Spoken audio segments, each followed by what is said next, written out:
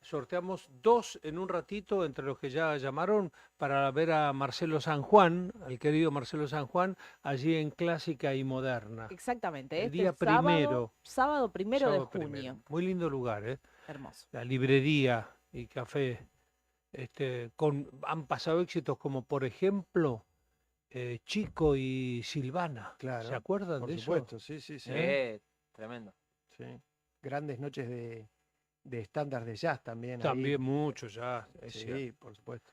Bueno, vamos a conversar con Fernando Soto. Fernando es director nacional de Normativa y Enlace Judicial del Ministerio de Seguridad de la Nación. Todo eso es bastante complejo, pero es el entendido en ciertos temas. Por ejemplo, queremos saber que una denuncia que nació allí, que es esta extorsión, este aprovechamiento a los Mm, que menos tienen con los planes. claro. Se descubrieron que había un manejo espantoso de la plata que recibían del gobierno nacional para ayudar al que menos tiene. Y por otro lado, también, si hay tiempo, una línea sobre ayer, un policía aparentemente a derecho no tuvo más remedio que matar a una persona que no estaba bien recuerden lo del Malva, con un cuchillo y estaba ya a una distancia que indicaba que estaba en peligro su vida. Esto fue ahí frente al Congreso. Pero primero este tema de Beliboni, que han surgido, además ahora, facturas truchas para justificar lo injustificable, firmadas por el propio Beliboni, el líder del Polo Obrero. Fernando, muy buenos días. Buenos días, un gusto hablar con ustedes, gracias por el Bueno, contacto. gracias Fernando por atendernos. ¿Cómo está marchando en justicia el tema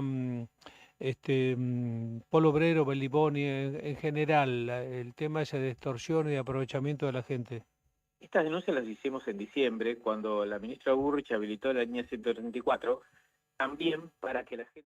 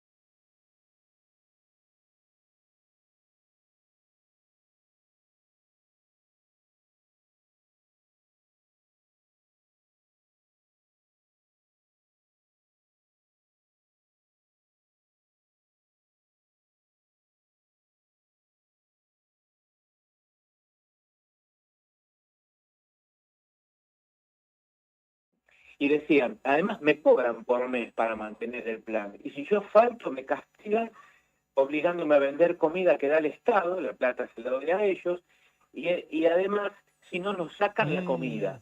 Y eso el fiscal lo citó y la gente mostró los grupos de chat donde le decían, bueno, pueden retirar comida, pero estas personas que están en esta lista no, porque no fueron a las marchas. jo, La gente decía, ¿cuándo se me vence el castigo para poder claro. llevar mi comida? Gente que no es que se iba a viaje a Europa y tenía No, el no, no. subsidio, no tenía para comer.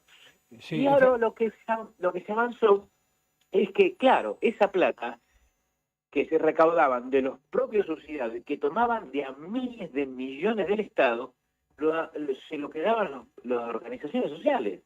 Entonces, está avanzando sobre a ver cómo fue la rendición de cuentas de la Asociación Civil Polo Obrero, que la preside Beliboni, y presentó facturas truchas de empresas fantasmas por gastos que ni siquiera estamos cubren. viendo aquí, por ejemplo, compra de computadoras y demás. Todo falso. Todo Esto, falso. es más, en el lugar que dijo que funcionaba la empresa, vive una pareja, nunca funcionó una imprenta, nunca funcionó esta empresa, las facturas por las compras esas jamás se hicieron y solamente justifica apenas un 8% de los millones de dólares que recibió.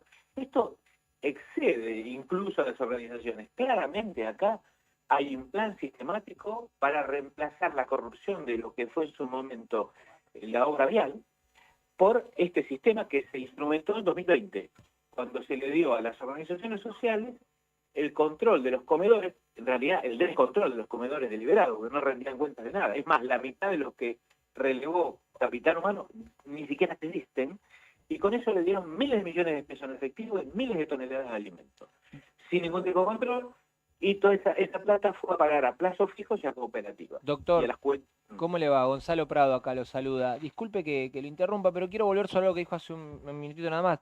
O sea que, según su forma de ver este caso, es similar por la matriz de corrupción a lo que fue la obra pública durante la presidencia de Cristina Fernández de Kirchner.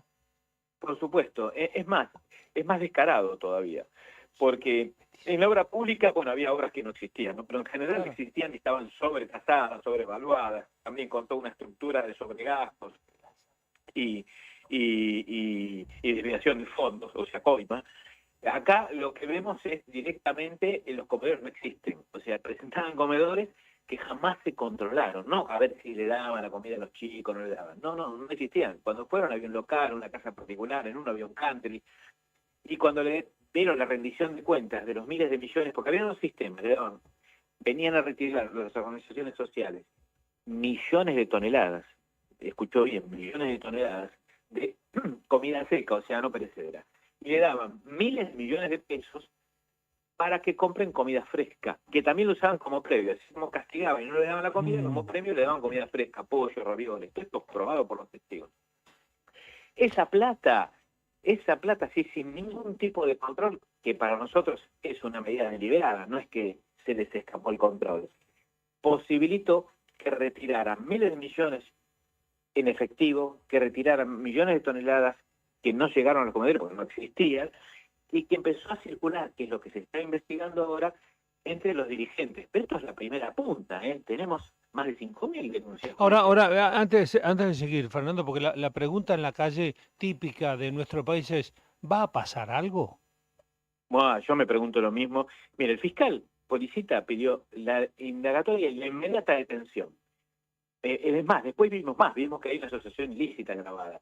El juez Castanero dijo, no, para mí no hay que hacer los allanamientos, hay que esperar, tampoco las indagatorias. El fiscal apeló a la Cámara, no es usual esto. La Cámara dijo, hágalo y hágalo inmediatamente. Entonces lo hizo, pero cuando hizo los allanamientos, no los detuvo. Y me pregunta a mí, claro que deben estar presos. Mire, tenemos el caso de los policías que explicitó. El policía Miño, con el caso de ayer, está preso. Logró, incluyendo el deber, está filmado. Podemos decir si hay un exceso en qué grado o no. Para mí no hay ningún exceso, pero lo dejan preso. ¿Cómo es la justicia? ¿Por qué mide con una vara tan chiquita a los policías, estrictísima y tan generosa a los funcionarios por corrupción? A mí me indigna esto, ¿no? Esto no puede pasar. Pero bueno, si me preguntan qué va a pasar, hoy me sorprendí, leí en el diario que hubo una condena de la Corte de hace como 10 años que condenaron a 5 años una piquetera por extorsión. De un caso de hace 10 años, en provincia. Y Entonces tengo la esperanza, ¿no? De que los condenen a ahora, prisión. Fernando, en el papel, ¿qué dice? ¿Cuál sería la carátula en el papel? Por ejemplo, para Beliboni, facturas truchas y liderar una banda para delinquir. Todavía eso no está en la calificación legal, que es lo que usted pregunta. Los hechos, más allá de la calificación, es extorsiones y amenazas agravadas a los beneficiarios de los planos, defraudación al Estado, porque esa plata que le daba era para darle a los subsidiados, a la gente más necesitada, no para quedársela a ellos. Pero vemos ahora que hay mucho más. Hay una asociación ilícita, Claro. porque esto es algo permanente, con estamentos, con Claro, división claro. de tareas, con organización.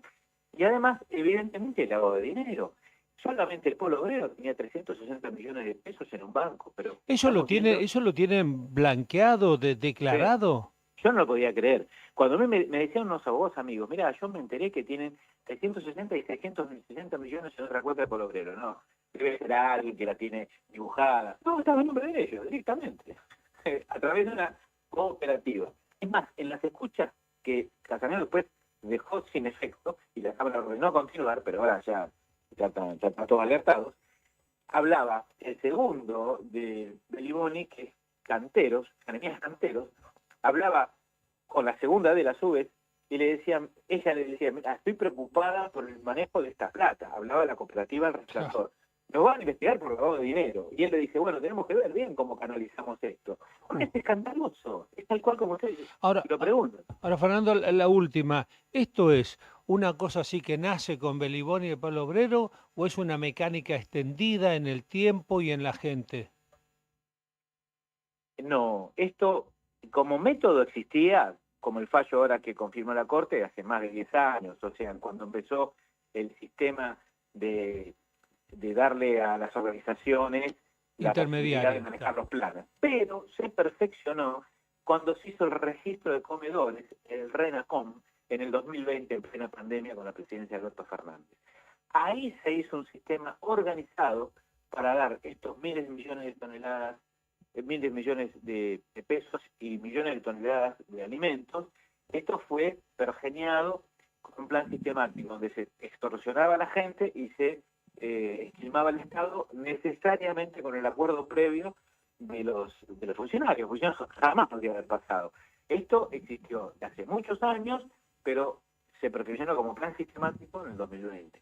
Fernando, si le pido 1 minuto y medio, 2, pero simplemente la idea, estamos llegando a que si el policía actúa bien sea respetado y no sea detenido en la calle cumpliendo los protocolos.